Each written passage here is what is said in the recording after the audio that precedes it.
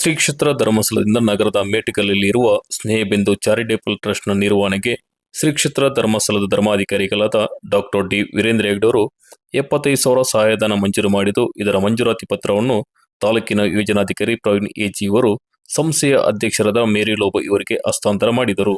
ಮಂಜೂರಾತಿ ಪತ್ರವನ್ನು ಹಸ್ತಾಂತರ ಮಾಡಿ ಮಾತನಾಡಿ, ಶ್ರೀ ಕ್ಷೇತ್ರ ಧರ್ಮಸ್ಥಳದ ಧರ್ಮಾಧಿಕಾರಿಗಳು ಜನರು ಆರ್ಥಿಕವಾಗಿ, ಸಾಮಾಜಿಕವಾಗಿ ಹಾಗೂ ಶೈಕ್ಷಣಿಕವಾಗಿ ಸಮಾಜದ ಮುಖ್ಯವಾಹಿನಿಗೆ ತರಲು ಹಲವಾರು ಕಾರ್ಯಕ್ರಮವನ್ನು ಹಾಕಿಕೊಂಡಿದ್ದು, ಈ ಮೂಲಕ ನಾಡಿನ ಜನರಿಗೆ ನೆರವಾಗುತ್ತಿದ್ದಾರೆ ಎಂದು ತಿಳಿಸಿದರು.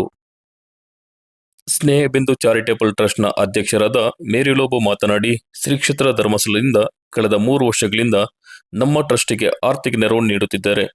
ಇದು ನಮಗೆ ಶಕ್ತಿಯನ್ನು ನೀಡಿದೆ. ಈ ಸಹಾಯಧನ ನಮ್ಮಲ್ಲಿರುವಂತಹ ವಯೋವೃದ್ಧರಿಗೆ ದಿನನಿತ್ಯದ ಊಟೋಪಚಾರಗಳಿಗೆ ಸಹಾಯ ಆಗಲಿದೆಂದು ಧರ್ಮಾಧಿಕಾರಿಗಳ ಈ ಕಾರ್ಯಕ್ಕೆ ಕೃತಜ್ಞತೆ ಸಲ್ಲಿಸಿದರು.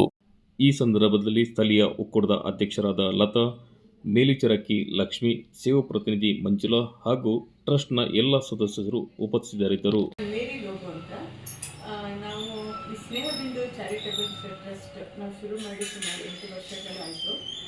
8 ವರ್ಷಗಳಿಂದ ಶುರು ಮಾಡಿದ ಉದ್ದೇಶ ಏನು ಅಂತಂದರೆ, ನಾನು ನರ್ಸ್ ಪ್ರೊಫೆಷನಲ್ಲಿ ಧರ್ಮಸ್ಥಳ ಸಂಸ್ಥೆಯಿಂದ ಇದುವರೆಗೆ ಇದು 3ನೇ ಸಲ ನಮಗೆ ಹಣ ಬಂದಿರೋದು. ಮೊದಲನೇ ಸರಿ ನಮಗೆ 90,000 ಬಂದಿತ್ತು, 2ನೇ ಸರಿ ನಮಗೆ 75,000 ಬಂದಿತ್ತು. ಈ ಸರಿ ಸಹ ನಮಗೆ 75,000 ನಮ್ಮ ಅಕೌಂಟಿಗೆ ಜಮಾ ಆಗಿದೆ ಸರ್.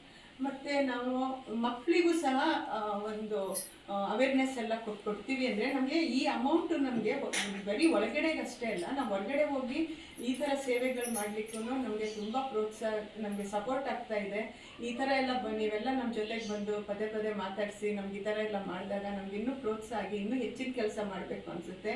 ಈ ನಿಟ್ಟಿನಲ್ಲಿ ನಾವು ಕಳೆದ ಒಂದು 5 ವರ್ಷದಿಂದ ಶಾಲೆಗಳಲ್ಲೂ ಸಹ ಪ್ರೋಗ್ರಾಮ್ಗಳನ್ನು ಹಾಕ್ಕೊಳ್ತಾ ಇದ್ದೀವಿ. ಮಕ್ಕಳಿಗೆ ವೈಯಕ್ತಿಕ ಸ್ವಚ್ಛತೆ ಇರ್ಬೋದು, ಮತ್ತು ಪರಿಸರ ಸ್ವಚ್ಛತೆ, ವೇಸ್ಟ್ ಸೆಗ್ರಿಗೇಷನು, ಕಂಪೋಸ್ಟ್ ಪಿಟ್ ಮಾಡೋದು, ಮತ್ತು ಕಿಚನ್ ಗಾರ್ಡನ್ ಮಾಡೋದು, ಇದನ್ನೆಲ್ಲ ನಾವು ಮಾಡ್ತಾ ಇದ್ದೀವಿ. ಮತ್ತು ಬೇರೆಯವರಿಗೂ ಅಂದರೆ ಮಹಿಳೆಯರಿಗೆ, ಪುರುಷರಿಗೆ ಆ ಸ್ಥಳಕ್ಕೆ ಹೋದಾಗ ಅಲ್ಲಿ ಏನು ಈ ಪರಿಸ್ಥಿತಿ ಇದೆ ನೋಡಿ, ಅದ್ರ ಬಗ್ಗೆ ನಾವು ಅವೇರ್ನೆಸ್ ಎಲ್ಲ ಕೊಟ್ಕೊಂಡು ಬರ್ತಾ ಇದ್ದೀವಿ.